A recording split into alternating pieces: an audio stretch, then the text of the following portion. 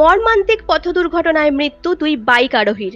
আজ সকাল 10টা নাগাদ বাঁকুড়ার ওন্দা থানার নাকাইজুড়ি এলাকায় বিষ্ণুপুরগামী একটি ডিম বোঝাই পিকআপ ভ্যানের সাথে তালডাংরাগামী বাইকের মুখোমুখি সংঘর্ষে মৃত্যু হয় দুই বাইক আরোহীর। সূত্রের খবর, মৃত দুই বাইক আরোহী সোনামুখী থানার ইচ্ছারিয়া গ্রামের বাসিন্দা।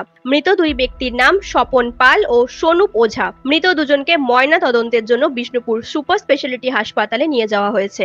নিউজ আজ বাংলা, বাঁকুড়া। পশ্চিমবঙ্গ সরকার অনুমোদিত স্বাস্থ্যসাথী মান্যতাপ্রাপ্ত রোগী পরিষেবার বিশ্বস্ত প্রতিষ্ঠান দামোদর হেলথ কেয়ার।